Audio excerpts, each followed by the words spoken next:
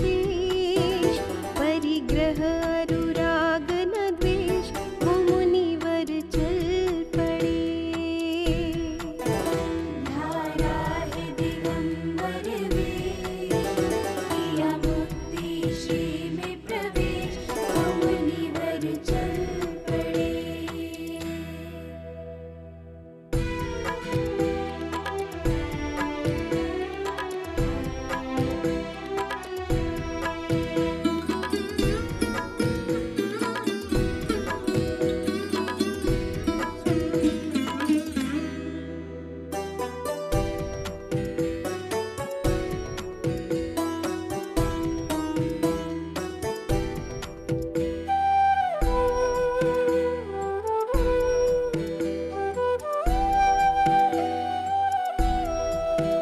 सब राजपाट त्यागा, समता धन के स्वामी, चक्री झुकते पग में, वंदन अंतर्यामी।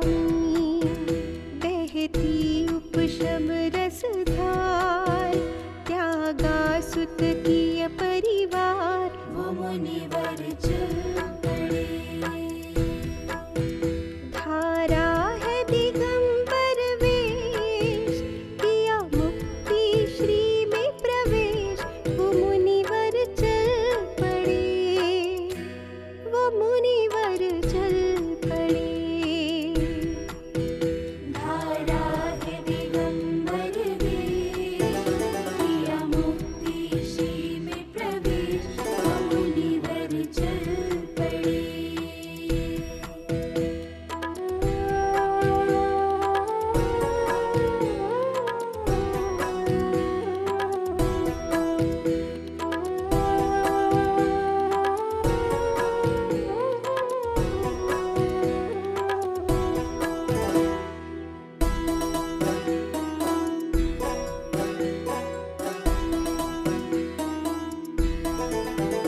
दिन रात आत्मचिंतन, समभावमयी जीवन, निर्ग्रंथ दशा कहती, कितना पावन है मन, देता जीवन संदेश, सुख अंदर बाहर पेश, वो मुनिवर चल पड़े।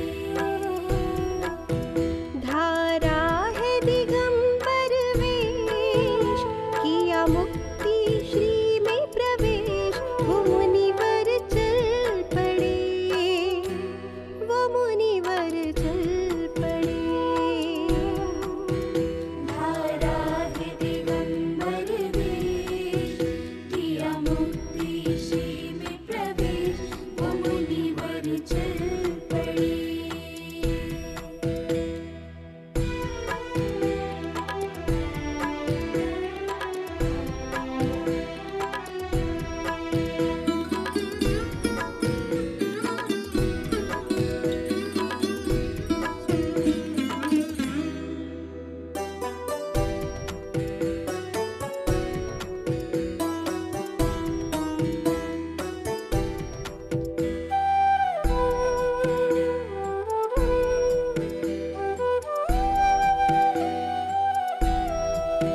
हे शाश्वत सुख भोगी, शुद्धात्म विलासी हो, वैराग्यमयी जीवन, निज भाव प्रकाशी हो, भव भोग से वैरागी, व्रतधारी बड़भागी, वो मुनिवर चल पड़े। धारा है दिगंबर वेश, किया मुक्ति श्री में प्रवेश, वो मुनिवर चल पड़े, वो मुनिवर चल पड़े। धारा है दिगंबर वेश, किया मुक्ति श्री में प्रवेश, वो मुनिवर चल पड़े।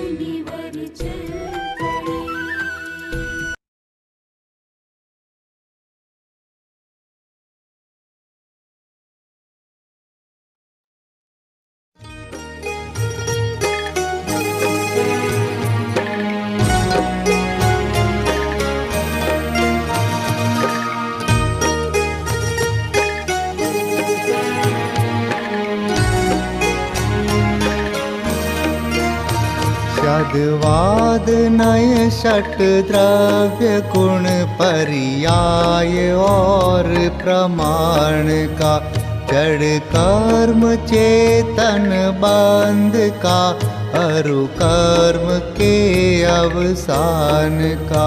कहे कर स्वरूप यथार्थ जग का, जो किया उपकार है, उसके लिए जिन वाणी माँ को वंदना शत बार है।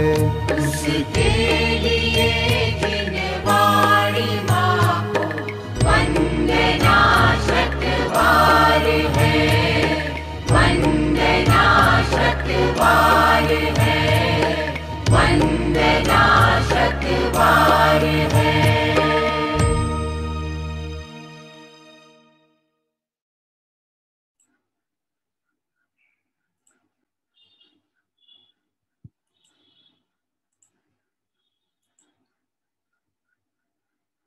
सभी साधर्मियों को जय जिनेन्द्र।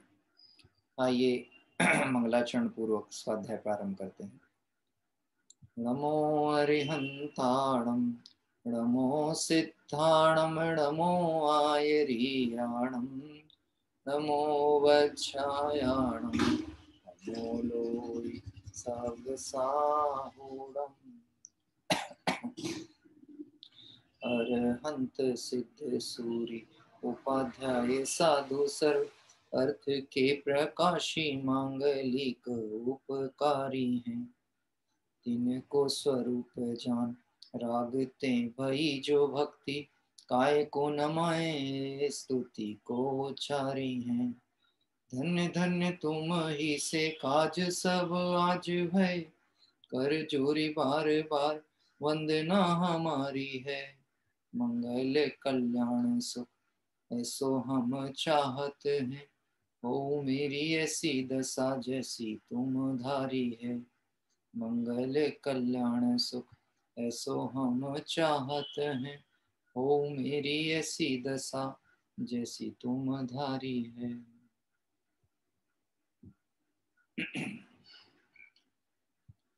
ब्रह्मचर्य निर्देशिका इस विषय के महत्वपूर्ण बिंदुओं पर हम विचार करते हुए आगे बढ़ रहे हैं।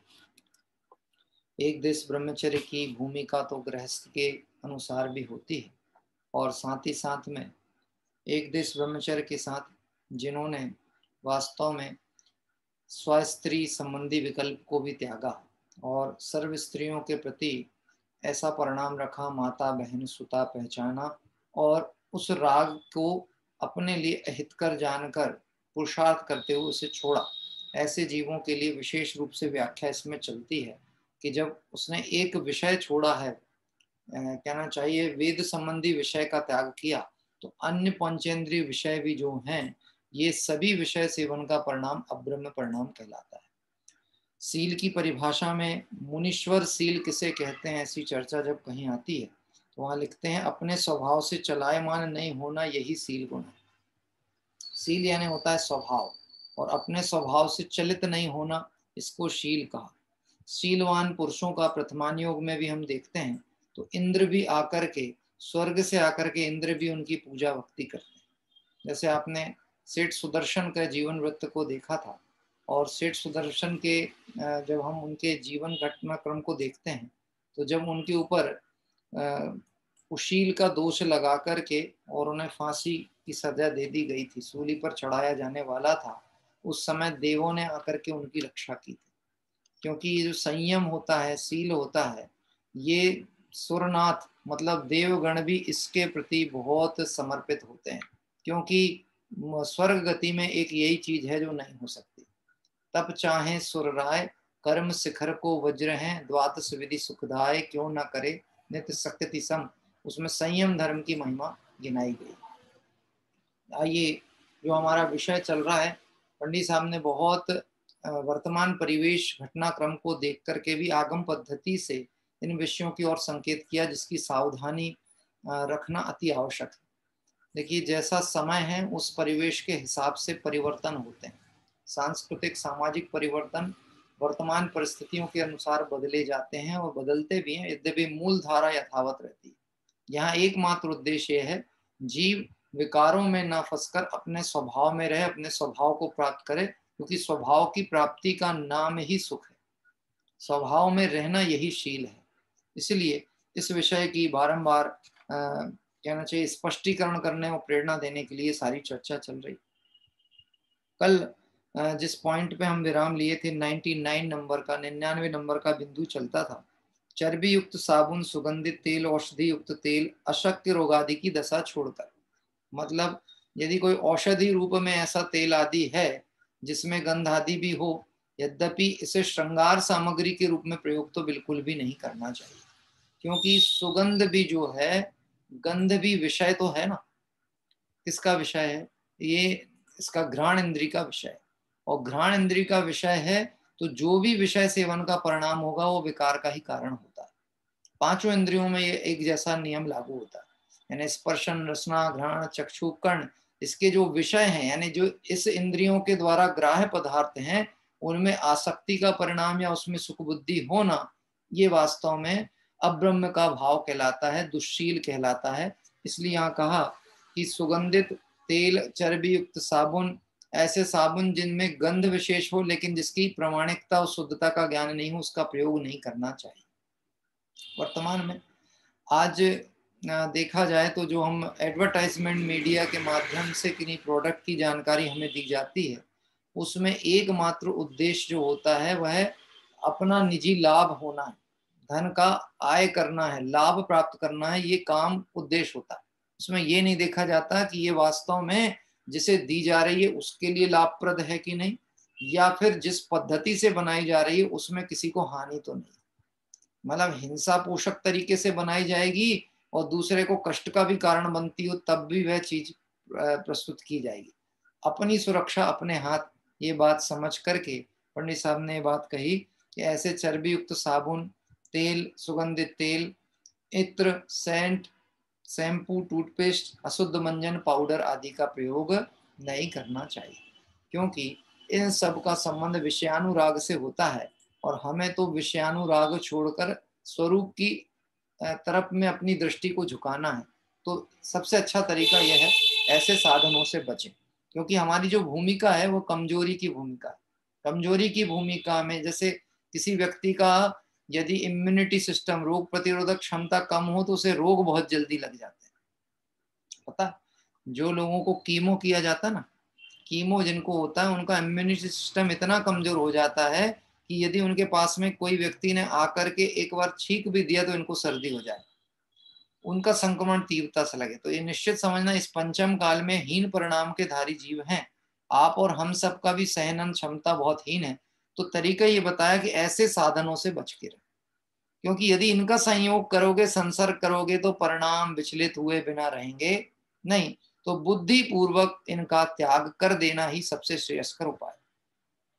आगे बढ़ते हैं 100 नंबर के बिंदु पर। अत्यंत कोमल, विलासिता में स्पंज आदि के अत्यंत मोटे गद्दे गद्दियों का प्रयोग ना करें। सामायिक स्वाध्याय आदि बिस्तर पर कदापि ना करें। मोटी चादर आदि प्रयोग करें। क्या कह रहे हैं? ये गृहस्थ की भूमिका में भी अभ्यास क्रम के अंतर्गत बात बताई जा रही है। ऐसी चीजें आप ध्यान देना। अभी जैसे किसका विषय चल रहा था? घ्राण इंद्री का। अब आ गया किसका? स्पर्शन इंद्री का। कौन सा विषय आ गया? स्पर्शन। स्पर्श के 8 विषय बताए गए। हल्का, भारी, रूखा, चिकना, कड़ा, नरम, ठंडा, गर्म। अभी जैसे बिस्तर है, अब बिस्तर में यदि हमने बहुत नरम बिस्तर का चयन किया, नरम तकिया चाहिए, नरम मतलब किस इंद्रिय विषय का पोषण करना चाह रहे हैं? स्पर्शन। यद्यपि स्वास्थ्य की दृष्टि से भी हानिकारक है और विषय सेवन का परिणाम आत्मा के लिए तो अहितकर है ही। तो 2 जगह से नुकसान है, स्वास्थ्य की दृष्टि से भी खतरनाक है। आप यदि समझेंगे तो हमारे जो रोम छिद्र होते हैं ना, रोम छिद्रों से ऑक्सीजन शरीर के अंदर प्रवेश करती है और आती जाती है। यदि ऐसे बिस्तरों का प्रयोग किया जाए जो बहुत नरम हो, तो शरीर के ऊपर वो उस जगह पे जाकर के उन रोम छिद्रों को बंद कर देते हैं, जिससे स्वाभाविक ऑक्सीजन की प्रक्रिया बंद होने लगती। और अगर मैं चूंकि विगत समय से कुछ ऐसे परिवेश से गुजरा हूँ जिसमें मुझे स्वास्थ्य और अस्पताल संबंधी प्रसंगों से बहुत लंबे समय गुजरना पड़ा, और बहुत लोगों के संपर्क में, चाहे कोई साधर्मी बंधु हो, चाहे मेरे इष्ट मित्र हों या मेरे रिश्तेदार हों, ऐसी घटनाक्रमों को मैंने देखा है जिससे मुझे बहुत कुछ चीजें देखने समझने को मिली है। इसमें आप ये समझिएगा, जो कैंसर डेवलप होता है ना शरीर में, उसको कहते हैं अनियंत्रित तरीके से शरीर के अंदर में कोई ग्रंथियों का विकास हो जाना, उसको कहते हैं कैंसर। और उसमें सबसे बड़ा कारण है ऑक्सीजन की मात्रा शरीर में व्यवस्थित नहीं होना। यदि ऑक्सीजन आपके शरीर में प्रॉपर नहीं पहुंच रही है तो आपको अननेचुरल ट्यूमर डेवलपमेंट स्टार्ट हो जाते हैं शरीर के अंदर। बाकी और सहकारी कारण हो सकते हैं।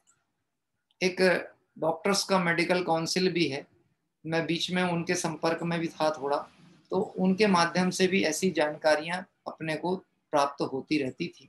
और निश्चित है, आप समझ लेना, ज्ञान करने में कहीं कहीं कोई तकलीफ नहीं है, क्योंकि ज्ञान सावधानी के लिए प्रयोग यदि होता है तो अपने लिए हितकर। हाँ, एक ऐसी रिपोर्ट भी मैंने सुनी कि जो बिस्लरी होता है ना, बिस्लरी, अभी अगर पूरे विश्व में जो रेशो निकाला जाए आज इस महामारी का, कैंसर आदि का, उसमें बिस्लरी के माध्यम से फैलने वाला कैंसर लगभग 33-34% है। मतलब बिस्लरी सेवन करने से इतने परसेंट कैंसर डेवलप होने के अवसर है। जबकि अगर मैं थोड़ा सा वैज्ञानिक पक्ष की तरफ से बात करूं, चूंकि सब अध्येता लोग बैठे हैं, पढ़े लिखे लोग बैठे हैं, आज तो युवा वर्ग के भी लोग इस विषय को बहुत अच्छे से जानते होंगे। पानी होता है ना, पानी, तो पानी किन दो चीजों से बनता है? नाइट्रोजन और ऑक्सीजन। ये रासायनिक प्रक्रिया जो बताई गई है ना। हाँ, प्रमोद जी कुछ बताएंगे? हाँ बोलिए। पंडित जी, सब हाइड्रोजन और ऑक्सीजन से मिलकर। सॉरी, नाइट्रोजन गलत बोला, हाइड्रोजन। बहुत अच्छा, हाइड्रोजन और ऑक्सीजन के कारण से बना। अब आप ध्यान से समझिएगा कि इसमें पानी के अंदर ऑक्सीजन स्वयं है, पड़ी हुई है। ये जो प्रक्रिया अपनाई जाती है जिसके माध्यम से बिस्लरी आदि का निर्माण होता है, इसमें पहली तो भावना जैन धर्म और सिद्धांत के पहली विपरीत। क्यों? क्योंकि इसको ये कहते हैं प्योरिफाइड वाटर, मतलब कितने परसेंट वायरस को किल किया गया, कितने परसेंट वायरस को किल किया गया। तो वो बोलते हैं 99.9%, 100% pure water means 100% killing water. क्या कहलाएगा? उन्होंने इस प्रक्रिया को अपनाया जिसमें जीवों का घात हो जाए। वहां जीव दया का भाव नहीं था। अब जिस कार्य में जीव दया का परिणाम नहीं होगा तो वह वस्तु किसी के लिए हितकारी कैसे हो सकती है? जिसमें भावनाएं खोटी होंगी वो चीज हितकारी कैसे होगी? एक इस प्रसंग को मैं ऐसे जोड़ सकता हूं, मैंने एक दिन कहा था 16 किसे कहते हैं, है ना? तो 16 प्रकार से होता है। 16 द्रव्य से 4 प्रकार, क्षेत्र, काल और भाव। इसमें भाव का पक्ष यदि हम देखें तो ये बात हम समझ पाएंगे जो बात मैं कहना चाह रहा हूँ। भाव पक्ष क्या कहता है कि किसी भी तरह का भोजन आदि बनाने वाला व्यक्ति, जिसने भोजन बनाया, उसका परिणाम का असर उस भोजन पे पड़ता है। क्या परिणाम कैसे हैं, उस अनुसार भोजन होगा। अगर उसने अपने अपनत्व भाव से, प्रेम भाव से, वात्सल्य से भोजन बनाया है तो वह भोजन सामने वाले को रुचिकर भी होगा, स्वास्थ्यकर भी होगा और पचेगा भी। और अगर इन्होंने कलुषित परिणाम से बनाया कि कहाँ करें, बड़ी परेशानी है, बना के देना पड़ता, हम तो फंसे हैं घर में, ऐसे परिणाम से बचा तो उसके स्वास्थ्य के लिए भी हानिकारक परिणाम सिद्ध होने वाले। तो ऐसा कहते हैं भावनात्मक निमित्त नैमित्तिक संबंध इन वस्तुओं का होता है। तो जिस कार्य में हिंसा की गई है वह किसी के लिए भला होगा नहीं। क्यों? हम यदि प्रयोग करते हैं तो कहीं ना कहीं रूप में हम उस हिंसा के अनुमोदक हैं। मैं एक अर्थशास्त्र का नियम आपको बताता हूं, मैं विद्यार्थी रहा हूं अर्थशास्त्र का। अर्थशास्त्र में एक नियम होता था, मांग के अनुसार पूर्ति की जाती है ना? जो लोग इस विषय के थोड़े पढ़े होंगे वो जानते होंगे, मांग अनुसार पूर्ति। डिमांड जैसी होगी वैसी वस्तु होगी। आपको मालूम है गांधी जी ने जब सत्याग्रह किया तो सत्याग्रह में विदेशी वस्तुओं का बहिष्कार करने की बात क्यों की? क्योंकि वो भारत को स्वावलंबी रखना चाहते थे। दूसरा, भारत की संस्कृति और विदेश संस्कृति में जमीन आसमान का अंतर था। तो उनका तरीका क्या था? जिस चीज की मांग खत्म कर दी जाए उसकी पूर्ति करने की बात ही नहीं आएगी। मांग नहीं रहेगी तो कोई उसको डेवलप ही नहीं करेगा। लेकिन आज अपन विचार करो, एक खेद का विषय हम कहें कि काल दोष इतनी शीघ्रता से आगे बढ़ जाएगा, हम ये कल्पना नहीं कर सकते थे। कैसा कि घरों में शादी विवाह प्रसंगों में ये चीज दिखे तो दिखे, पर धार्मिक अनुष्ठानों में यदि बिसलरी का पानी प्रयोग होने लगे तो ये बात तो बहुत ही कहना चाहिए परिणामों की गिरावट कहलाएगी। क्या कह रहे हैं? अगर धार्मिक आयोजनों में, पंच कल्याणकों में या ऐसे किसी कार्यक्रम में, देखो एक बात होती है, अपने को परिणामों का फल लगने वाला है, भावों का फल लगने वाला है, क्रियाओं का नहीं।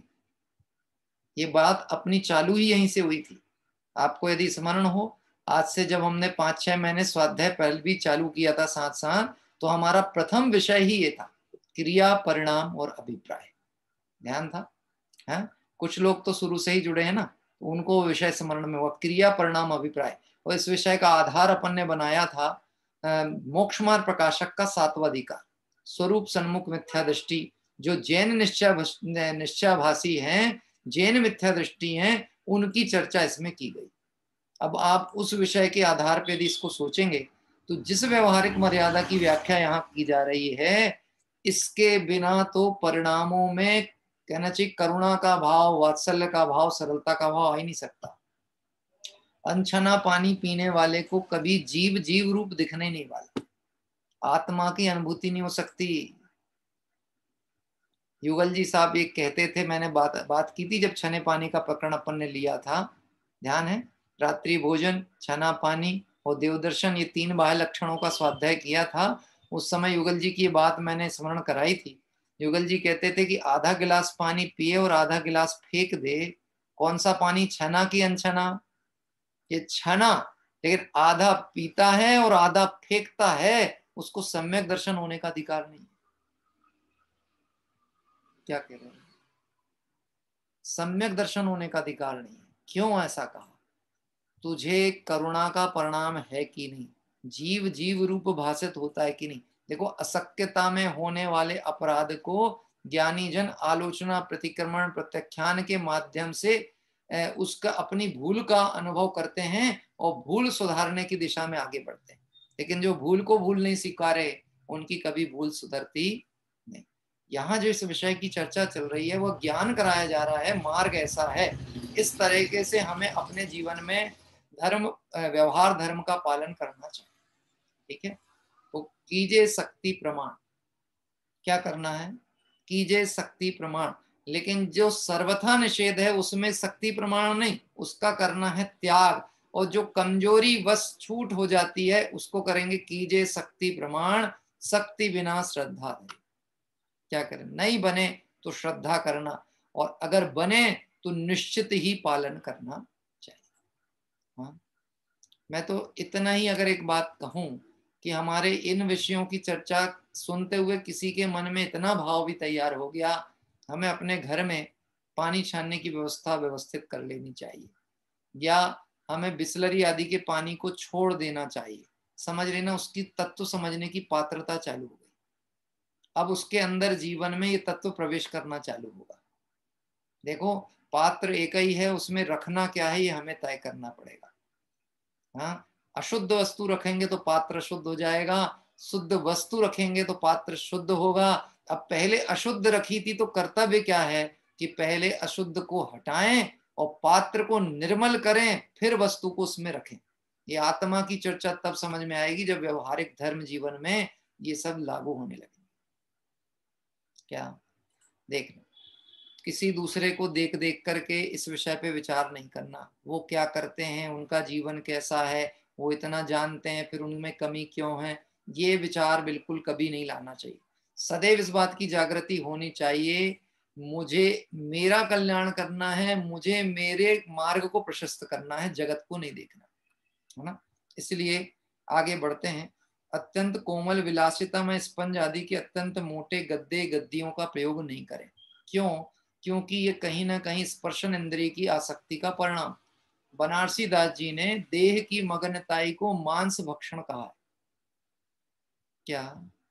देह की मगनताई यही मांस भकेबो, मोह की गहल सो अजान यही सुरापान।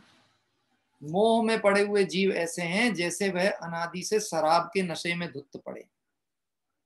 और संसार के जीवों की दशा क्यों बिगड़ रही है? मोह महामद पियो अनादि। अच्छा, ये अनादि कब तक चलेगा? जब तक सम्यक दर्शन नहीं हुआ, ये अनादि चक्र चल ही रहा है। जब तक दृष्टि परिवर्तन नहीं हुआ अनादि चक्र चल रहा है। मोह महामत पियो अनादि। अरे इस समय बैठ करके भी यदि भेद ज्ञान पूर्वक देह और आत्मा को भिन्न भिन्न नहीं करता, व्यवहार धर्म पालन करने की भावना नहीं भाता, इस समय भी मोह रूपी शराब में डूबा है। इस समय भी किसकी बात चलती है? मेरी। मोह रूपी शराब में डूबा है। क्या कह रहे हैं? हाँ क्यों साहब? जिनवाणी सुनने बैठे हैं तो कैसी व्यवस्था में बैठे हैं कि परिणाम अच्छे लगे। आप ये समझ लेना, जितनी अनुकूल व्यवस्था में बैठोगे उतने परिणामों में प्रमाद और शिथिलता आएगी। हाँ, आप टिक के बैठ जाओ बढ़िया गद्दी लगा के और तकिया लगा के, आपको नींद ना आ जाए तो बोलो। ऐसा ही होता ना। क्यों? क्योंकि ये शरीर भी ऐसा है कि शरीर को भी जैसी व्यवस्थाएं दी जाएंगी वैसा, इसको कहते हैं सुकुमार हो जाते हैं। कुछ लोग होते हैं ना, छोटे बच्चे हैं जिनको हम अति केयर करने की कोशिश करते हैं, वो इतने ज्यादा सेंसिटिव हो चुके होते हैं, उनको छोटी छोटी सी चीजें प्रभावित करती हैं।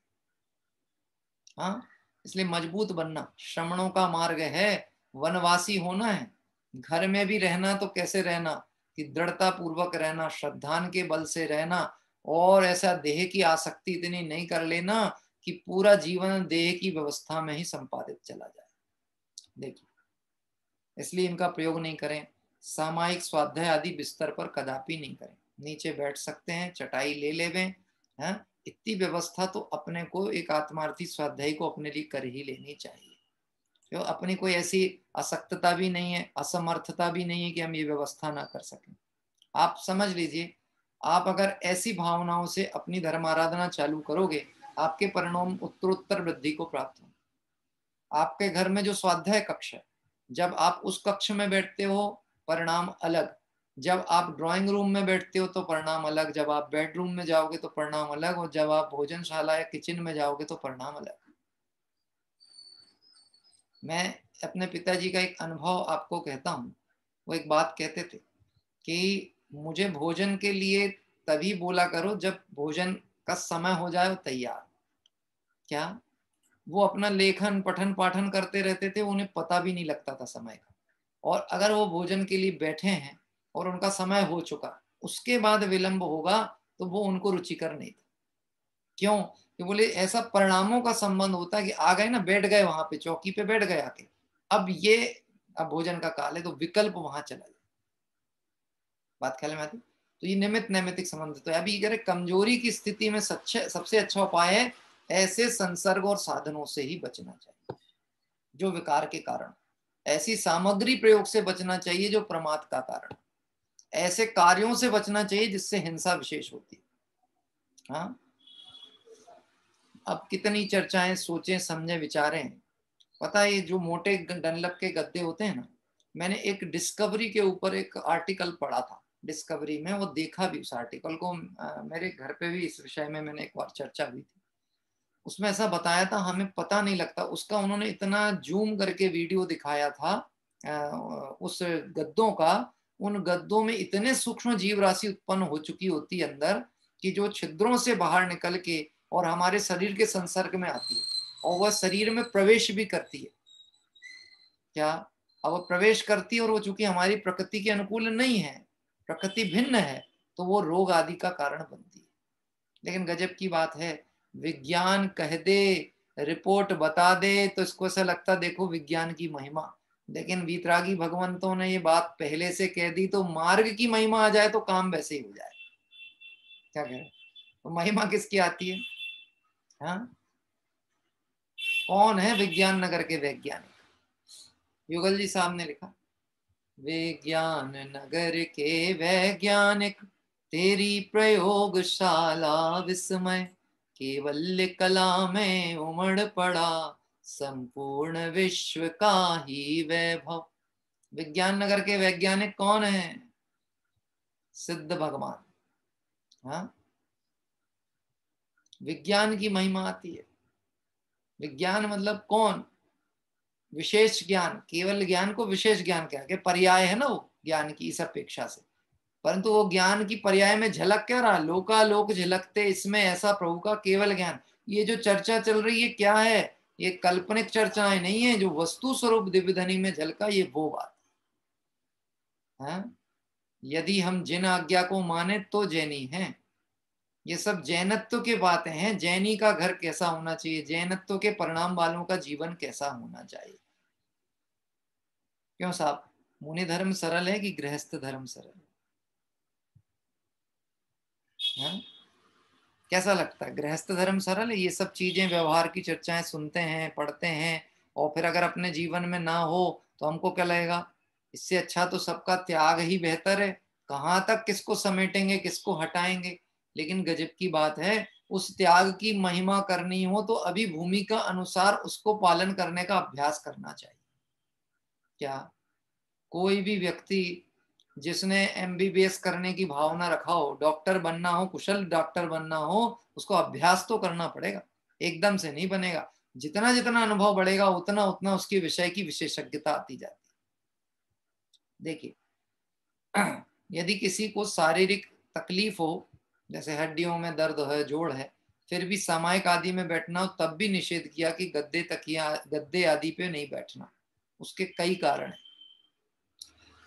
जो पदार्थ भोग आदि में प्रयोग होते हैं उनमें उनके संसर्ग में परिणाम विकृत हुए बिना रहते नहीं। प्रमाद के भी कारण हैं और विषय भोग का परिणाम का भी कारण है। इसलिए उस सामग्री को हटा देना, वो सामग्री को हटा करके दूसरे में दूसरी चटाई या उसमें बैठना नहीं होता, तो फिर आप कोई मोटे कपड़े का, सूती कपड़े का ऐसा छोटा पतला सा गदीला सा बना लिया और उस पर बैठ करके भी आप कर सकते हैं, लेकिन वह अन्य प्रयोग में ना करें, ऐसा निर्विधान किया। आगे बढ़ते हैं। बहुत सूक्ष्म बातें आज के परिवेश में हो सकती हैं, जो बातें आने वाली हैं कि साहब ये तो बहुत खतरनाक और बहुत कठिन बातें हैं। लेकिन मैंने आपसे कहा था ना, ज्ञान समान न आन जगत में सुख को कारण। ज्ञान करने में पीछे नहीं हटना, जानने में पीछे नहीं हटना, क्योंकि वस्तु स्वरूप अनुसार जानेंगे तो ही श्रद्धान हमारा मार्ग अनुसार हो पाएगा।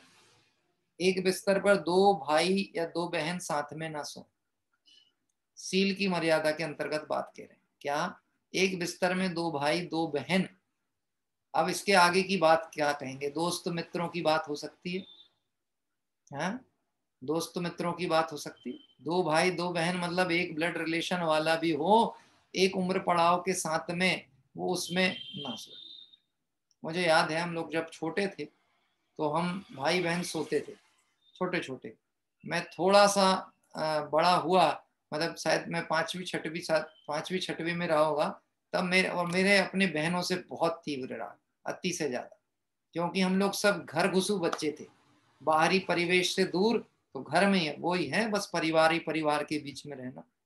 हाँ, मैं आपको आज सच बात कहता हूँ, मैं इस बात की परिकल्पना के लिए बिल्कुल तैयार नहीं होता था कि मेरी बहनें का विवाह आदि हो और वो अन्य घर चले जाए। क्या, मैं कल्पना ही नहीं करना चाहता था। नहीं, अरे ये परंपरा किसने बनाई, क्यों होता है, ऐसा नहीं होना चाहिए। नहीं, इस तरह के मन में विचार चलते थे। तो स्नेह भाव था। तो पिताजी ने उसके बाद में थोड़ा उम्र पड़ाव आया, अलग अलग सो, क्या कह रहे हैं, अलग अलग सो, अलग अलग व्यवस्था, मतलब इधर तुम इधर तुम इधर तुम। हाँ, क्यों, इसकी चर्चा आगे आने वाली है। ये सब बहुत ज्यादा विचार और विकारों से संबंधित बात है। जीव के परिणामों का विचलन होने में कहीं एक मिनट का समय लगता नहीं, स्खलन होने में समय लगता नहीं है। ऊंची भूमिका वालों के परिणाम जब विचलित हो सकते हैं, तो सामान्य भूमिका वालों की साथ में स्थिति बने तो इसमें आश्चर्य की कोई बात नहीं। प्रथमानियोग में ऐसे दृश्य हैं, आपने देखे होंगे, हाँ, कि वो मंदिर जा रही है चेलना। कहाँ जा रही हैं? अब मंदिर जाते में परिणाम कैसे होंगे, आपके और हमारे कैसे होते हैं? क्या अच्छे ही परिणाम मानेंगे ना उसको? ये तो नहीं कहेंगे कोई बेकार रूप परिणाम होंगे। ये भगवान के दर्शन करने जा रहे हैं, परिणाम अच्छे होंगे। रास्ते में वो दिख गए, हाँ, नजर पड़ गई। अब वो थोड़ा सा नजर पड़ी, अभी आगे चर्चा आने वाली है इसके अंतर्गत कि कैसी कैसी क्रियाओं से परिणामों में विकार होने के अवसर होते हैं, उनसे बचना चाहिए। ऐसा लिखा है, सीलवान पुरुषों के नेत्र तो स्त्री आदि को देख के जमीन में गड़ जाते हैं। क्या कहा? जमीन में गड़ जाते हैं, मतलब देख के मतलब अब दृष्टि में तो आए, लेकिन देखने का विकल्प ना करके जमीन भूमिगत हो जाते हैं। मतलब जैसे मुनिराज ईर्ष्या समिति से चलते हैं ना, इस ढंग से वह भूमिगत दृष्टि करते हुए आगे बढ़ते। किसकी बात चलती है? मुनिराज की बात नहीं चलती, गृहस्थ की मर्यादा की बात चल रही। हाँ, ऐसा नहीं समझना कि एक बात कही थी बड़े पंडित साहब का, एक कोटेशन है, गृहस्थी मतलब असंयम का लाइसेंस नहीं समझना चाहिए। गृहस्थी मतलब असंयम का लाइसेंस मिल गया ऐसा नहीं, अब तो हम गृहस्थ हैं, बाल बच्चे परिवार वाले हैं, ये बात तो हमारे पे लागू नहीं होगी। मतलब हमने असंयम का पोषण करने का परिणाम बना लिया गृहस्थी में, जबकि गृहस्थ दशा तो मुनि पने के अभ्यास की कार्यशाला है। क्योंकि पुरुषार्थ नहीं कर पाए थे, कमजोरी से घर में है, और घर में रहना एक कलंक है। क्या कह रहे हैं?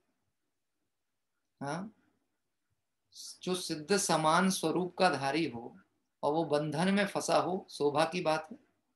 हाँ, क्यों साहब, कभी गलती से पुलिस आए और किसी दूसरे को पकड़ने आए और आपको हाथ पकड़ के ले जाए, मैं क्या कह रहा हूं, हाथ पकड़ के, वो नहीं किया आपको ना उसने हथकड़ी डाली कुछ, हाथ पकड़ के ले गया, तो बोलो आपको आत्मग्लानि होगी कि नहीं? आपको क्या लगेगा, मेरा अपराध नहीं, मुझे पकड़ के ले जा रहे हैं, दुनिया क्या सोचेगी? हाँ, ऐसे ही होता ना। और हथकड़ी लगा दें तो हाँ, तो क्या होगा? आपका दिमाग में कैसा चलेगा परिणाम? अरे ग्लानी में आदमी कहना चाहिए कुंठा में पहुंच जाए। तो ऐसी ग्लानी कुंठा होती है कि नहीं किस विषय को लेकर के, कि मैं हूं तो सिद्ध समान और संसार में ना जाने किन किन गतियों में जा रहा हूं, कहां कहां बंधनों में फंस रहा हूं। ऐसे अंदर में इस चार गति के दुखों से छूटने का, भवबंधन के नाश करने का अंदर में उत्साह वर्तता है कि नहीं? यदि वर्तता है तो ये मार्ग हमें कहना चाहिए श्रेयस्कर भी होगा, हितकर भी होगा, प्रिय भी लगेगा। देखिए आगे का पॉइंट लेते हैं। कंदर्प, कौत्कृच और मौखर्य, ये तीन शब्दों का प्रयोग किया।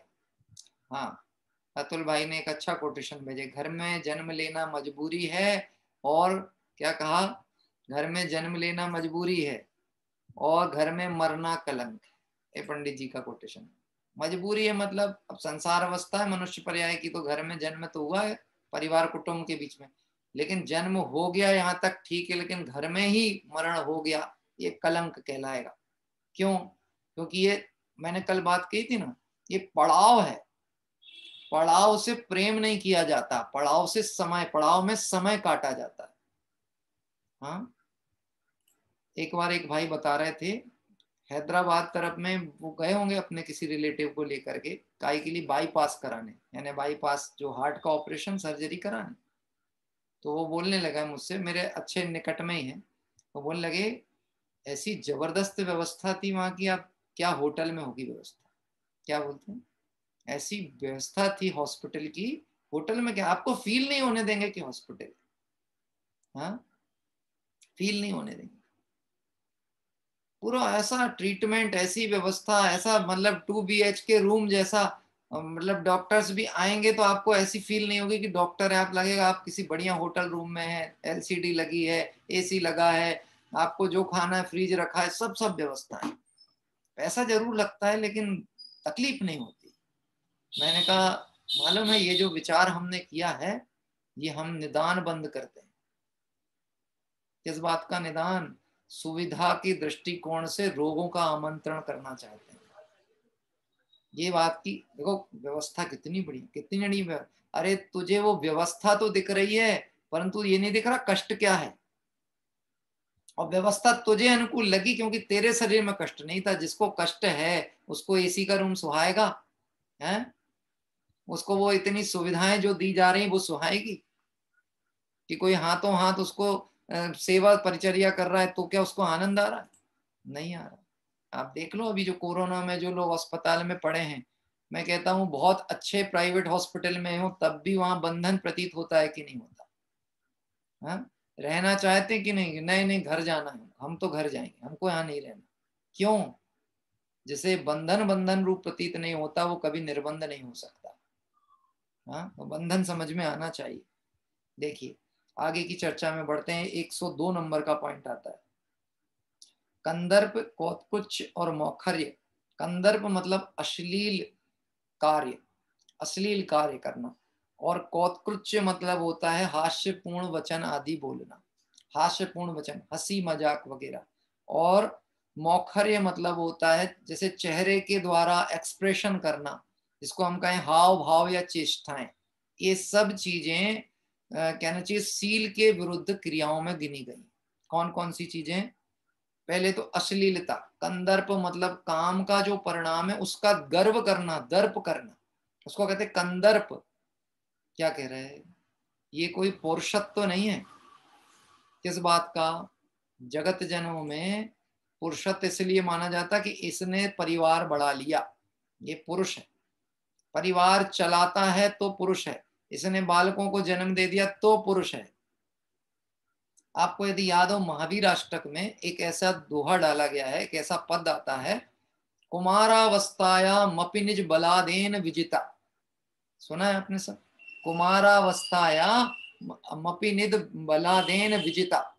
और उसके पहले की एक पंक्ति और है, अनिर्वारो द्रेकश्य त्रिभुवन जयी काम सुभटा कुमारावस्थायाम अपि निज बलादेन विजिता।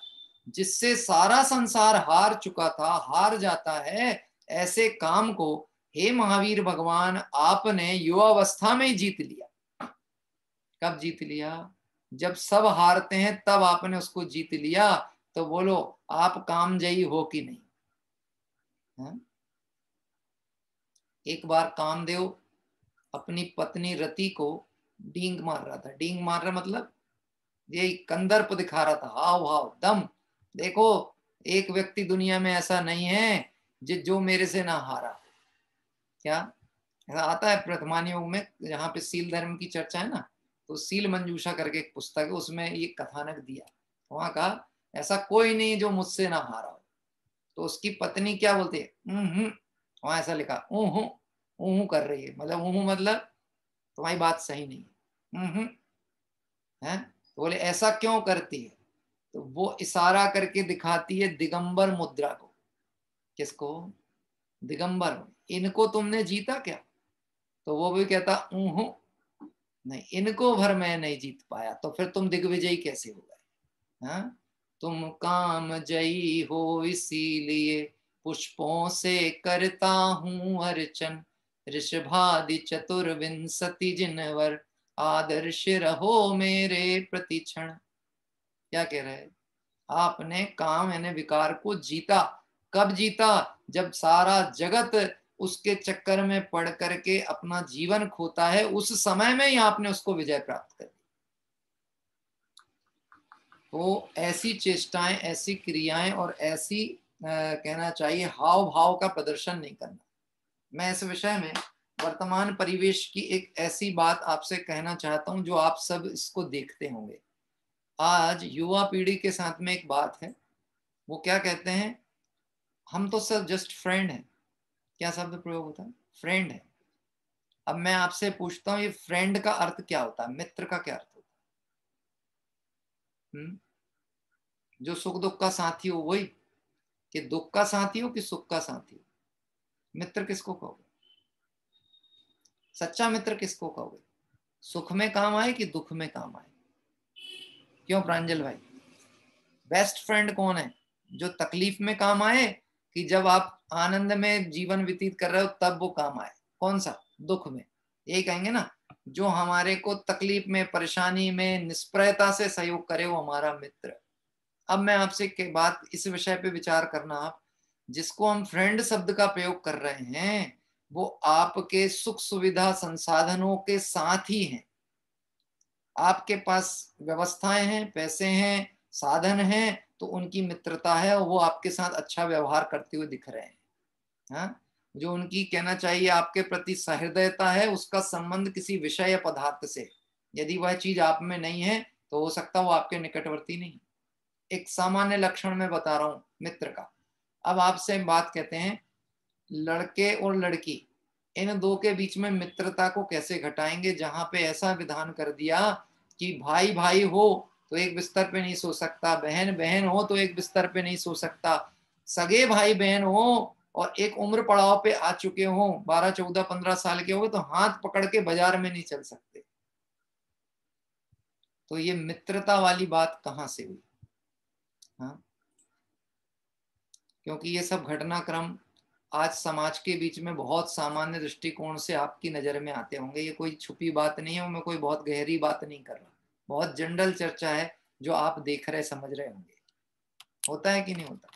हाँ, मित्रता के नाम पे मर्यादाओं का उल्लंघन, समय का ठिकाना नहीं, कितने समय बीतना, कैसे रहना, क्या करना, कैसी फोटोज खींचना, क्या करना। आज के समय तो विकृतियों का अंबार है। आप उनके फेसबुक पे, उनके सोशल मीडिया के डीपी देख लो आप। मैंने आपको एक घटना बताई थी, छिंदवाड़ा का ही प्रकरण है, यद्यपि एक शब्द ज्यादा निकल गया छिंदवाड़ा शब्द, लेकिन ये प्रकरण यहीं की थी घटनाएं क्रम। यहाँ पर ऐसे 2-3 संबंध छूटे। किस बात के लेकर के छूटे भी और टूटे भी? सिर्फ डीपी देख के। डीपी कौन सी? व्हाट्सएप की डीपी देख के। ये कौन है? ये बोले मैं हमारे मित्र है, ये हमारा भाई है, दूर का भाई है। बोले दूर के भाई के साथ इतनी निकटता कैसे? जिस ढंग का वो फोटो था उसको देख करके संबंध विच्छेद हो गया। हाँ, दो संबंध तो मतलब मुझ पे, मेरे पास आई थी जानकारी, वो दोनों संबंध मतलब इस तरह की प्रक्रिया से टूटे हैं। हाँ, मैंने आपको बताया था इस विषय की चर्चा में। सोशल मीडिया पे पोस्ट डाल देते हैं, और वो डालते इसलिए क्योंकि उनके विकार है तो प्रदर्शन करने का भाव आता है।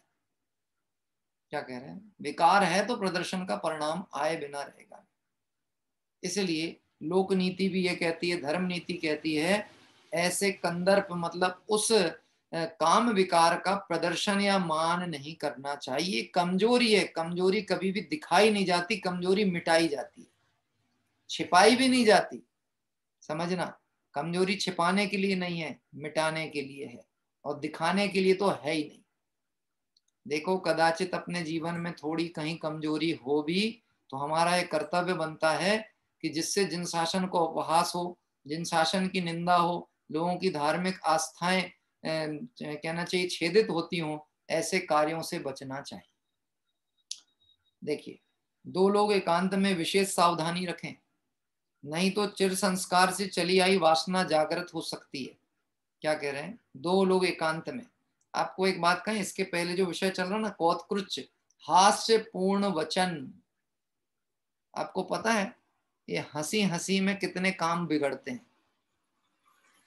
और आज मोस्टली लोगों को ऐसा लगता है हंसना मतलब आनंद का विषय है, खुश हैं, प्रसन्न हैं। हंस हंस कर बांधे गए कर्म रो रो करके भी नहीं निपटते, उनका फल नहीं भोग सकते हंस हंस के बांधे गए कर्मों का, जब कर्मोदय में आते हैं। इसलिए यहाँ पे कहा हास्यपूर्ण वचन, क्योंकि ये प्रारंभिक चरण है। किसी के साथ भी आकर्षण होने का कारण जो होता है, पहला होता है नेत्र। सबसे पहला क्या होता है? नेत्र। दूसरा होता है वचन। दूसरा क्या होता है? वचन। पहला होता है नेत्र, कोई वस्तु दिखेगी और फिर उसके साथ आपकी वार्तालाप चालू हुआ। बात ख्याल में आती? हाँ, प्रमोद भैया भिलाई, बात पड़ती है ध्यान में? क्या कह रहे हैं? पहले नजर मिलती है, उसके बाद बात चालू होती है, और फिर उसके बाद में काम बिगड़ना चालू होते हैं। पहले क्या होती? नजर। नजर मिली मतलब दृष्टि मिली। अब दृष्टि मिली तो उसको रखा गया है चेष्टाएं, मौखर्य, मतलब ऐसी क्रियाएं नहीं करना जो किसी को राग का कारण बन जाए। और ये सब चीजें तो वर्तमान परिवेश में बड़ी सामान्य सी हैं। TV, media, social media, mobile, इसमें तो भरा पड़ा है, ये सारी चीजें अपरंपार भरी पड़ी हुई। आप, सीधी सी बात यह है, अपने जीवन में मर्यादा का पालन करना है तो इन संसाधनों का उपयोग हमको घटा लेना चाहिए। बहुत आवश्यक मजबूरी हो तो प्रयोग करें, नहीं तो सीमांकित करते हुए अपना जीवन को आत्मार्थ की ओर समर्पित करना चाहिए। चिर संस्कार से चली हुई वासना जागृत हो सकती है। यदि इस प्रकार का किंचित भी औदेक भाव स्वयं या स्वार्थी में देखे, मित्रादि में देखे, तो दृढ़ता एवं शीघ्रता पूर्वक निषेध करें। आपको पता है सेठ सुदर्शन ने अपने सील की रक्षा क्या बोल के की थी? सेठ सुदर्शन के ऊपर रानी मोहित हो गई थी ना, तो उन्होंने अपनी सील की रक्षा के लिए क्या कहा था? कि तुम्हारा जो विकार परिणाम तुमने जो सोचा है वो मेरे से संभव ही नहीं है। क्यों संभव नहीं? कि मैं नपुंसक हूं। क्या कह दिया था? मैं नपुंसक हूं, मैं तुम्हारा ये भाव की पूर्ति नहीं कर सकता। वो तो बाद में जब एक दिन उसने नगर में 2 छोटे सुंदर बच्चों को देखा तो अपनी दासी से पूछती, इतने सुंदर बच्चे किसके हैं? ये सुंदर हैं तो इसके माता पिता भी बहुत सुंदर होंगे, तो हैं किसके? ये बोले, तो आपको नहीं पता, ये तो सुदर्शन सेठ के बच्चे। अरे उसने तो मुझे बोला था मैं नपुंसक हूं, ये बच्चे कैसे इसके? क्या कह रहे हैं? वो उसके मन में विकार परिणाम जम गया, मुझसे झूठ बोला, हाँ, इसको दंड दिला के रहूंगी। ऐसा परिणाम करके उसने वो सारा नाटक रचा था। आप समझ सकते हो, अपने सील की रक्षा के लिए अपने को नपुंसक कहने में भी सेठ सुदर्शन ने सावधानी रखी, उसमें भयाक्रांत नहीं हुए लोग क्या कहेंगे। हाँ? यानी इतना यहाँ पे कहे, दृढ़ता और शीघ्रता पूर्वक निषेध करें, किसी की अपेक्षा सहन कदापि ना करें। हाँ, और भी बड़े सरल सरल से पॉइंट है, मैं धीरे जल्दी जल्दी थोड़े पढ़ता हूँ। हाँ, स्नान मालिश, 1-2 पॉइंट ऐसे हैं जो बहुत सामान्य है, इसलिए उसकी चर्चा नहीं कर रहा हूँ। स्नान मालिश, जल चिकित्सा, शौच, ध्यान आदि के लिए अर्ध नग्नता भी अत्यंत विचार एवं सावधानी पूर्वक हो, कहीं पर परस्पर विकार का निमित्त ना बने। ऐसे स्नान आदि का कार्य कर रहे हो तो वो भी खुले में नहीं करना। क्या कह रहे हैं? और माताओं बहनों को तो इस विषय में बहुत सावधानी की जरूरत है, वो उसको अपनी मर्यादा अनुसार उसका पालन करें। कहीं परस्पर विकार का निमित्त ना बने, ऐसा कार्य नहीं करना। मैंने प्रत्यक्ष ये चीजें देखी हैं, लड़के लड़के लोग भी अगर कहीं पे स्विमिंग पूल में झरने में नहाने जाएंगे तो उनकी जो हरकतें होती हैं, जो विकार रूप परिणाम होता है, वो आपसी में दोस्ती मित्रता के नाम पे, हंसी मजाक के नाम पर इस अश्लीलता पे पहुंच जाते हैं, जो कि कल्पना करने योग्य नहीं है, बोलने योग्य भी नहीं है। इसलिए ऐसे संसर्गों से बचना ही चाहिए। हाँ, इस विषय में मुझे अपने पिता के जीवन से और उनके मार्गदर्शन से बहुत सी चीजें जानने को मिली। एक बात मैंने कही थी, वो मुझसे कहते थे, उसी व्यक्ति का व्यक्तित्व विकास हो सकता है जिसके मित्र बहुत सीमित होते हैं। क्या? सीमित मित्र व्यक्तित्व विकास की कुंजी है। जिसके मित्र बहुत हैं, जिसका बाहरी विकल्प जाल बहुत है, उसका कभी विकास हो ही नहीं सकता, क्योंकि उसका पूरा उपयोग बहिर्मुखता की तरफ रहेगा। वह अपने समय का अपव्यय करेगा, अपनी सामर्थ्य का अपव्यय करेगा, अपनी शक्ति को बर्बाद करेगा। इसलिए अपनी शक्ति अपने लिए प्रयोग जितनी कर पाएंगे उतना ज्यादा हम अपने निकट पहुंच सकेंगे। हाँ, किसका मार्ग है ये सब? स्वार्थियों का मार्ग है। हैं? अपन सब लोग कौन बैठे हैं? क्यों साहब, कौन है अपन लोग? कौन है अपन? स्वार्थी, स्व के प्रयोजन अर्थ की सिद्धि की भावना वाले। कौन से नंबर के स्वार्थी हम? कौन से नंबर के? 1 नंबर के स्वार्थी। ये बोले साहब, व्यवहार धर्म में तो बहुत करुणा की भी बात आई है और सब जीवों के प्रति हित का परिणाम आया। हाँ, हम 1 नंबर के स्वार्थी हैं। आत्महित का प्रयोजन सर्वोपरि, और जिसने अपने आत्मा को जीव स्वरूप देखा, भगवान आत्मा देखा, उसने सबको जीव देखा, तो सबके प्रति एक जैसा परिणाम। हाँ, और लक्ष्य किसका होगा? अपना कार्य होकर ही रहना चाहिए, ऐसा दृष्टिकोण वाले जीव अपन है। आगे आता है, अत्यंत कीमती भोगोपभोग की वस्तुएं जैसे विशेष रूम, हीटर, एसी, फ्रिज आदि के व्यसनी ना बने, असक्य दशाओं को छोड़कर कभी प्रयोग ना करें। देखो, ऐसा असक्य दशा शब्द इसलिए डाला है कि पूर्णता निषेध किया जाए तो व्यक्ति घबरा जाएगा। अरे साहब, ये तो संभव ही नहीं, ये तो अपने बस की बात नहीं। देखो, अभी तो हम पढ़ रहे हैं ब्रह्मचारी और गृहस्थ की भूमिका की बात। मुनि धर्म की चर्चा करेंगे तो इससे भी ज्यादा उसमें सूक्ष्म कथन आने वाले हैं। ये तो गृहस्थ की दशा की बात। कहना चाहिए आदतन ना हो जाए। कुछ लोग ऐसे होते हैं जिनको एसी के बिना नींद ही नहीं आती। हाँ, यात्रा करते में कभी टिकट नहीं मिल पाया तो शिखरजी जाना कैंसिल कर देंगे क्योंकि एसी का टिकट नहीं मिला था। अब आप विचार करना, जिन दिगंबर मुनि भगवंतों की हम भक्ति पूजन यात्रा दर्शन करने जा रहे हैं, चरण चिन्ह वंदना करने जा रहे हैं, उन्होंने संसार शरीर भोगों से वैराग्य अंगीकार किया था कि नहीं? और हम शरीर की आसक्ति के परिणाम वाले वहां जाने के पहले शरीर की व्यवस्थाएं देखें, आत्म परिणाम को ना देखें तो फिर दर्शन करने का मतलब क्या। इसीलिए कहा कीमती भोगोपभोग की वस्तुएं जैसे विशिष्ट room heater, AC, Vatayan, fridge आदि के व्यसनी ना बने। व्यसन है ये, इसके बिना काम ना चले, ऐसी आसक्ति का परिणाम व्यसन है। मैंने लाल बहादुर शास्त्री जी के जीवन की घटना आपको कही थी कि नहीं मुझे पता नहीं, लेकिन मैंने पढ़ी थी उनके जीवन की एक घटना। जब वह प्रधानमंत्री पद पे थे तो उनके घर में कूलर लगा दिए थे सरकार के कर्मचारियों ने आके। कूलर गर्मी के दिन में, गर्मी के दिन थे, कूलर लगा। कौन से? क्योंकि प्रधानमंत्री का घर है। इतनी तो व्यवस्था बननी चाहिए कि नहीं साहब, क्या कहते हो आप? इतनी तो होना चाहिए, अधिकारी है कि नहीं उतनी व्यवस्था का। कूलर लगाने आ गए, शाम को आए तो देखे ये कूलर कैसे आया। क्या कूलर कैसे आया? तो वो पत्नी बोली कि ऑफिस से लोग आए थे, सचिवालय से, और वो व्यवस्था देखने आए थे तो उनने कूलर लगा के गए। तो वो कहते हैं कि उन्होंने तुरंत खबर की, अभी आओ और इसको निकाल के लेके जाओ। तो क्यों साहब, ये तो प्रधानमंत्री पद की व्यवस्था है। बोले पद कितने दिन का? क्या कहते हैं, ये पद कितने दिन का? कल को मैं एक सामान्य नागरिक की तरह जीवन जीऊंगा तो मेरे बच्चे कहीं इन विलासिताओं के आसक्त ना हो जाएं। कल को अगर मेरी बेटी का विवाह किसी सामान्य परिवार में हो गया तो वो ये घर छोड़ के इसलिए ना जाए कि वहां व्यवस्था नहीं है। आप सोच सकते हैं, ऐसी सोच और सिद्धांत और नीतिवादी लोग भी हो सकते हैं। तो फिर जैनी क्यों नहीं, धर्म मार्गी क्यों नहीं, मोक्षार्थी क्यों नहीं? आप पढ़ के देखो, बायोग्राफियां पढ़ के देखो लोगों की, बहुत अच्छे आदर्शात्मक जीवन भी हमको देखने को मिलेगा। हाँ?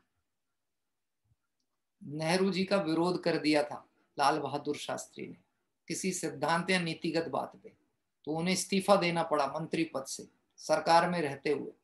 और स्थिति ये हुई कि इस्तीफा दिए तो उस समय गृह मंत्री थे वो, तो घर में आए और अपने घर में जो गृह मंत्री के रूप में घर मिला हुआ था ना, उस घर में आके एकांत में बैठ गए और न्यूज़पेपर लेके पढ़ रहे। पूरे घर की लाइटें बंद, पूरे घर की लाइट बंद, सिर्फ एक ड्राइंग रूम में एक छोटा सा लाइट जल रहा था। तो जो सचिवालय का सचिव था, वहां का बड़ा अधिकारी था, वो तुरंत आया कि आपने इस्तीफा क्यों दे दिया इतनी बात पर। हाँ, और आपके घर में अंधेरा क्यों? उसने आके देखा पूरा घर में अंधेरा क्यों। हाँ, मालूम क्या उत्तर था? अब मैं गृह मंत्री नहीं हूं और मेरी सामर्थ्य नहीं है कि मैं इतना बिजली बिल चुका सकूं, तो मैं उसका अपव्यय भी नहीं कर सकता।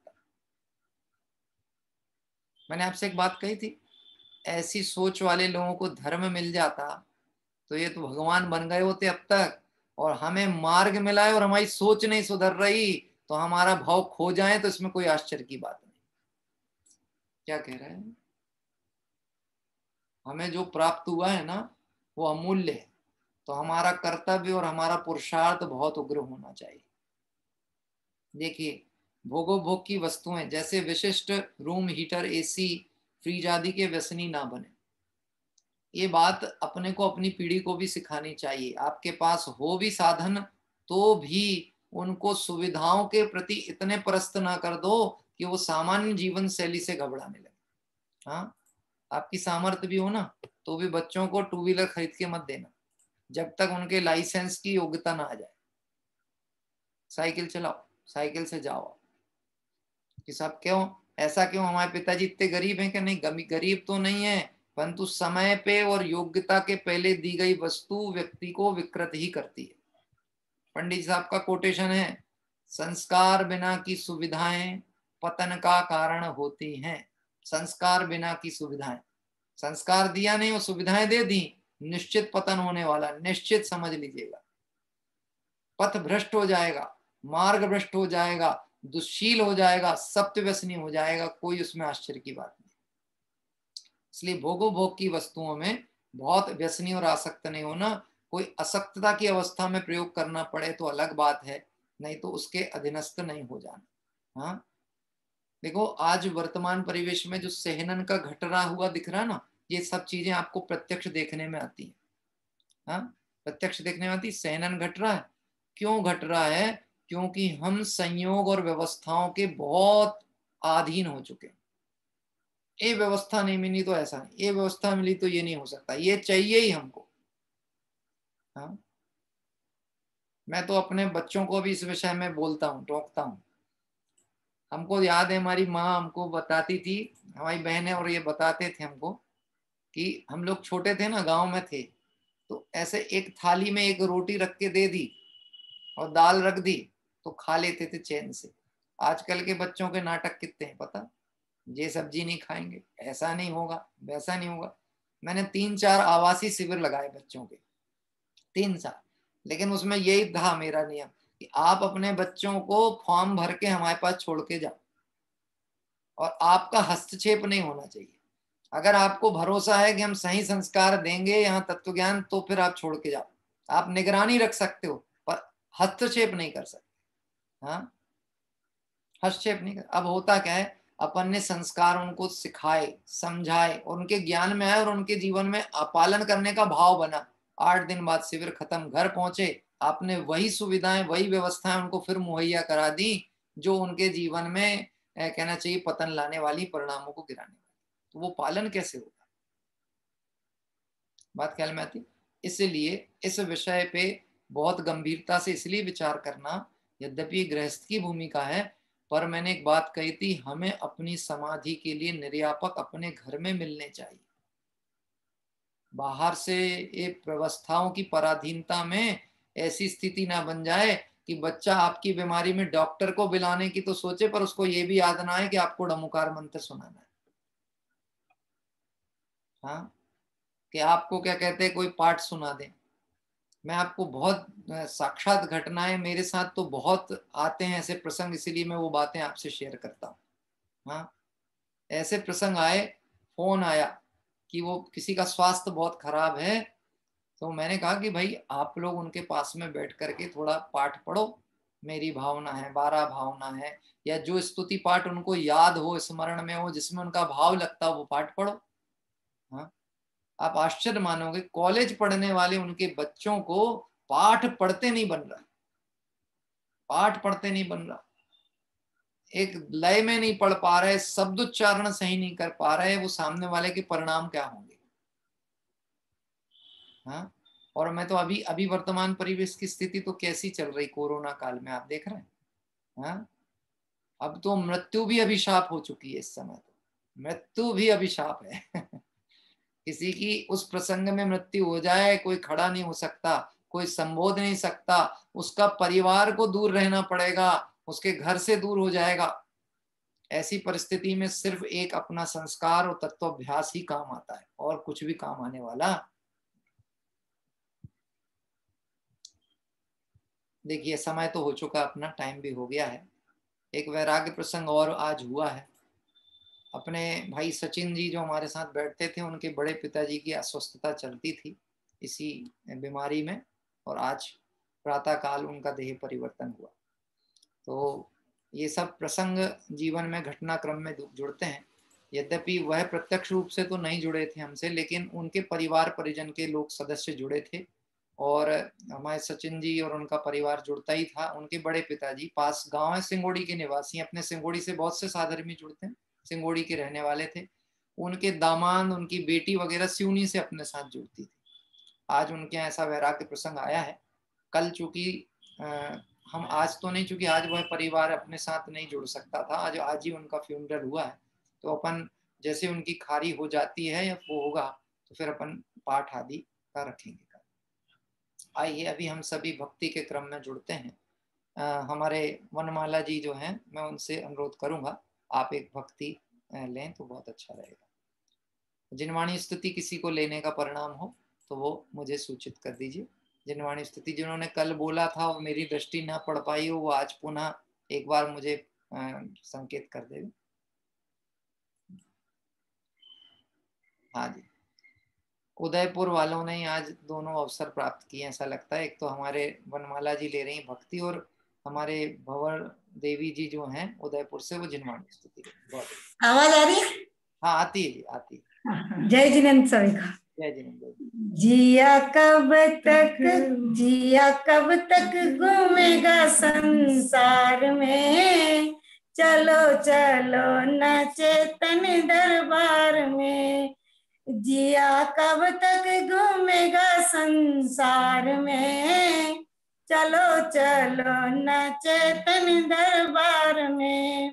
अनादिकाल से घूम रहा है, अनादिकाल से घूम रहा है, पर मैं तो सुख को खोज रहा है, पर मैं तो सुख को खोज रहा है।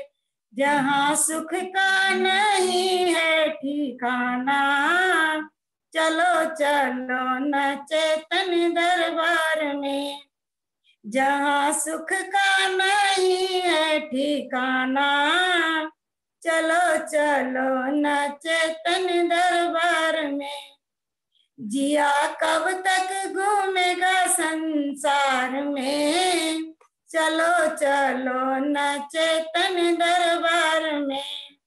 सिद्ध समान स्वभाव है चेतन, सिद्ध समान स्वभाव है चेतन, जड़ कर्मों से भिन्न है चेतन, जड़ कर्मों से भिन्न है चेतन।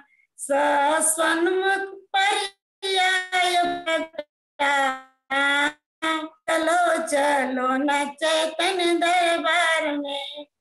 स्वसन्मुख पर्याय प्रगटाओ ना, चलो चलो न चैतन्य दरबार में।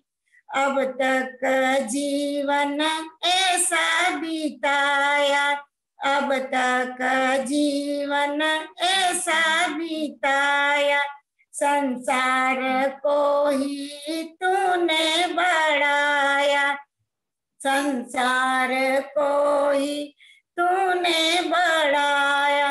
आज पुण्य उदय है हमारा, चलो चलो न चैतन्य दरबार में।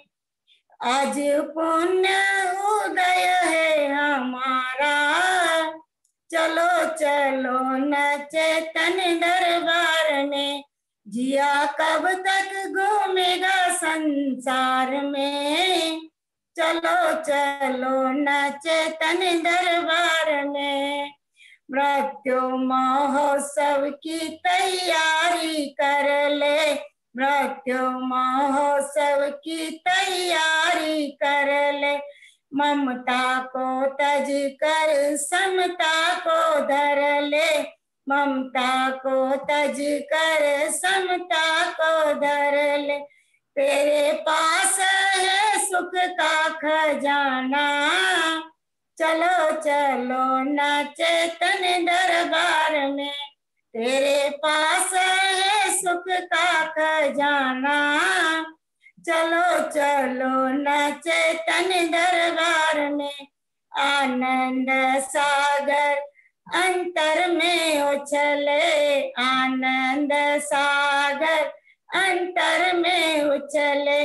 आनंद आनंद की लहर है डोले, आनंद आनंद की लहर है डोले।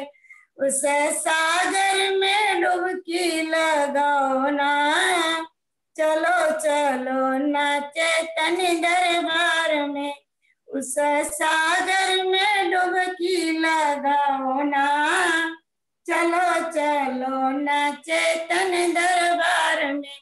जिया कब तक घूमेगा संसार में, चलो चलो न चैतन्य दरबार में। जय जिनंद। भंवर देवी मेरी मम्मी है। अच्छा अच्छा अच्छा, बहुत अच्छा। आइए, अभी बहुत सुंदर, अभी बेटी के द्वारा कह देंगे अब कि बहुत सुंदर भक्ति दी गई, प्रस्तुत की गई। जिया कब तक घूमेगा संसार में, चालो चालो ना चेतन दरबार में। वास्तव में ये भक्ति मानो हम अपने आप से अपने विचार चिंतन के लिए बात कह रहे हैं। ये जीव कब तक संसार में भटकेगा। वास्तव में मैं अभी कुछ समय पहले ही जब बैठा था, स्वाध्याय के पहले विचार कर रहा था, कुछ कार्य करते करते विचार आया, संसार की जो विचित्रताएं हमें रोज प्रतिदिन प्रतिक्रम में देखने और सुनने मिल रही हैं, इन सब का समाधान क्या है? क्या समाधान है? हाँ, कि इनका समाधान यही है कि संसार के अभाव किए बिना संसार की समस्याओं का अभाव नहीं होता, इसलिए पुरुषार्थ तो करना ही पड़ेगा। और पुरुषार्थ आत्मार्थ की भावना से एक बार हो जाए तो अनंत संसार का अभाव हो जाए। तो ये कार्य करना पड़ेगा। और ये चिंतन को कहना चाहिए, पथ प्रदर्शन करता हुए ये भक्ति थी कि जिया कब तक घूमेगा संसार में, मृत्यु महोत्सव की तैयारी कर ले, ममता को तज के समता को धर ले, तेरे पास है सुख का खजाना, चालो चालो ना चेतन धरा। बहुत पुरानी और बहुत सुंदर भक्ति है और आपने बहुत सुंदर ढंग से भक्ति का पाठ किया। आइए हम सभी भाव प्रतिक्रमण करें।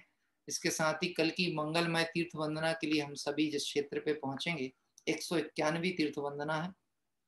क्षेत्र है जो है कर्नाटक प्रदेश में गोमट्टगिरी करके एक क्षेत्र है और उसी के पास में है तंडावपुरा। ये दो क्षेत्र हैं जो कि मैसूर के निकट पड़ते हैं। मैसूर से 30 किलोमीटर और 16 किलोमीटर की दूरी पे हैं, लेकिन ये क्षेत्र लगभग सामान्य जनमानस में बहुत कम लोग होंगे उत्तर भारत के जो शायद उस क्षेत्र पे गए होंगे, और निश्चित ही कोई गया होगा तो बहुत ही अच्छी बात है। यहाँ पर भी 800 वर्ष प्राचीन बाहुबली भगवान की एक बहुत बड़ी प्रतिमा है, लगभग 22-24 फीट की प्रतिमा यहाँ पर है बाहुबली भगवान की। और जो दूसरा क्षेत्र निकट में ही है वहाँ पे नेमिनाथ भगवान, पद्म प्रभु भगवान और पार्श्वनाथ भगवान की भी बहुत पुरानी करीब करीब जो वहाँ पे ऐतिहासिक में जानकारी और खोज रहा था तो लगभग 1400-1500 वर्ष प्राचीन प्रतिमाएं वहाँ पर हैं। तो उन दोनों ही मंदिरों के क्षेत्रों के और पर्वत के ऊपर चरण चिन्हों की कल प्रातः काल हम सभी तीर्थ वंदना में आगे की यात्रा करेंगे। आइए भाव प्रतिक्रमण पूर्वक जिनवाणी स्तुति पाठ के लिए आगे चलते हैं। हे अरहंत प्रभो, मुझसे मन वचन काय द्वारा कृत कारित अनुमोदना द्वारा समरंभ समारंभ आरंभ द्वारा क्रोध मान माया लोभ द्वारा प्रमाद इत्यादि विभावों द्वारा इस भव में या पूर्व भव में सच्चे देवशास्त्र गुरु की अभिनय हुई हो, व्रतों में अतिक्रम व्यतिक्रम अतिचार अनाचार दोष लगाया हो, एकेंद्रिय से लेकर पंचेंद्रिय तक किसी भी जीव की हिंसा हुई हो, विराधना हुई हो, दिन या रात में लगाए सर्व दोषों का पश्चाताप व्यक्त करता हूं, क्षमा मांगता हूं, वह मेरे सभी दोष मिथ्या हों, मैं मुझ में रहूं, इस प्रकार मैं इन सभी दोषों का प्रायश्चित करता हूं। ओम नमः सिद्धेभ्य।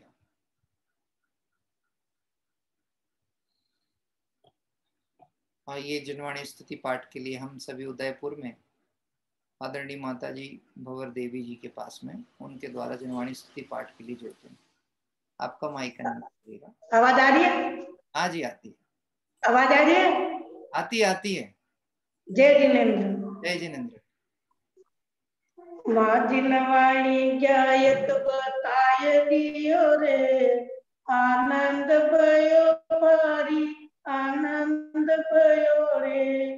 माँ जिनवाणी गायत बताय दियो रे, आनंद भयो भारी आनंद भयो रे। सविनय शीस झुकाय रयो रे, आनंद भयो भारी आनंद भयो रे। सविनय शीस झुकाय रयो रे, आनंद भयो भारी आनंद भयो रे। काल अनादित रमता फिरता, काल गणादित रमता फिरता। जन्म जन्म में बहु दुख करता, जन्म जन्म में बहु दुख करता।